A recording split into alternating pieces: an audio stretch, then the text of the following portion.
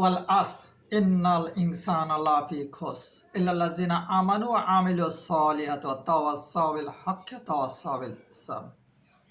সম্মানিত ভিউয়ার্স, এটি পবিত্র কোরআনুল কারীমের 103 নম্বর সূরা এবং এখানে আয়াতে কারিমা আছে 3টি। আল্লাহ সুবহানাহু ওয়া তাআলা তার সৃষ্টির মধ্যে সর্বপ্রথম সময়ের কসম কেন খেলেন? সময়টা আসলে কি? সময়টা আল্লাহ সুবহানাহু ওয়া তাআলা যতগুলো সৃষ্টি করেছে তার মধ্যে একটি গুরুত্বপূর্ণ সৃষ্টি সময়, এবং এই সময়ের মধ্যেই পৃথিবীর সৃষ্টি থেকে ধ্বংস পর্যন্ত সমস্ত ঘটনাগুলো সংঘটিত হবে। আল্লাহু আকবার। আপনার যদি আইনস্টাইন তার থিওরি অফ রিলেটিভিটি দেখেন তাহলে দেখবেন যে এখানে খুব সুন্দর পরিষ্কার বর্ণনা করা আছে সময়ের চাদরের মতো আসমান, জমিন, গ্রহ নক্ষত্র সমস্ত কিছুই এখানে সেট আপ আছে। অর্থাৎ সময়ের চাদরের উপর থেকে কোনো বস্তুর অস্তিত্বই কল্পনা করা যেতে পারে না। যা কিছু সংঘটিত হচ্ছে এই সব কিছু সময়ের মধ্যে সংগঠিত হচ্ছে, এবং যা কিছু আগামীতেও সংগঠিত হবে এটিও সময়ের মধ্যে সংগঠিত হবে। যা কিছু পিছনে হয়ে গেছে এটাও আল্লাহ সুবহানাহু ওয়া তাআলা এই সময়ের মধ্যে সংগঠিত করেছেন।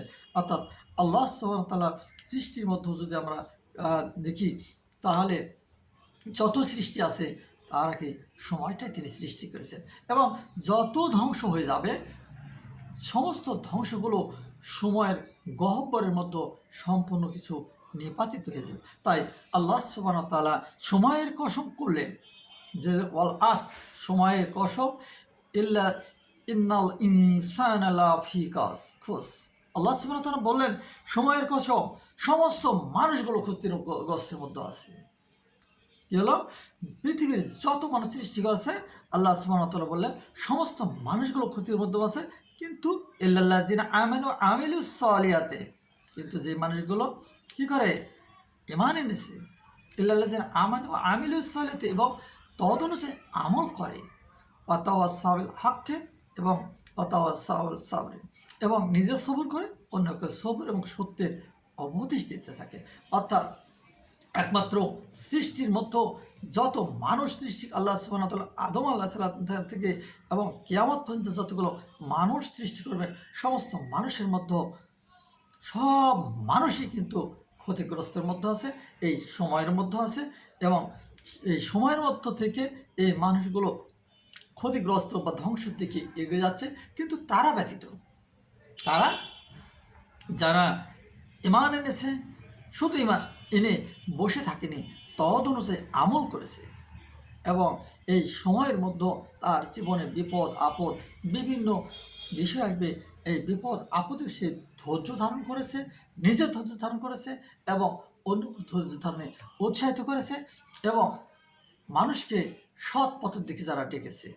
অর্থাৎ এখান থেকে আমরা বুঝে নিব যে সমস্ত সৎ কর্মই আল্লাহ সুবহানাহু ওয়া তাআলার চাদর স্বরূপ, এবং যতগুলো অসৎ অন্যায় কর্মগুলো, অশ্লীল কর্মগুলো সেটা হলো শয়তানের চাদরের মতন।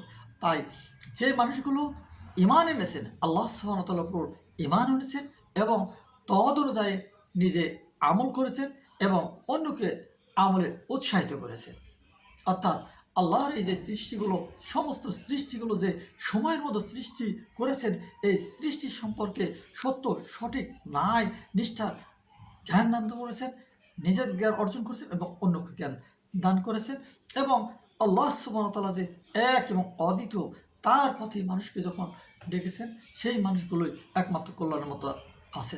তাই আসুন আমরা সকলে সেই আল্লাহ সুবহানাহু ওয়া তাআলার পথ এবং মতকে নিজের পথ এবং মত মনে করে সেই পথে চলি এবং অন্যকে সেই পথে চলার জন্য উৎসাহিত করি। আসসালামু আলাইকুম ওয়া রাহমাতুল্লাহ।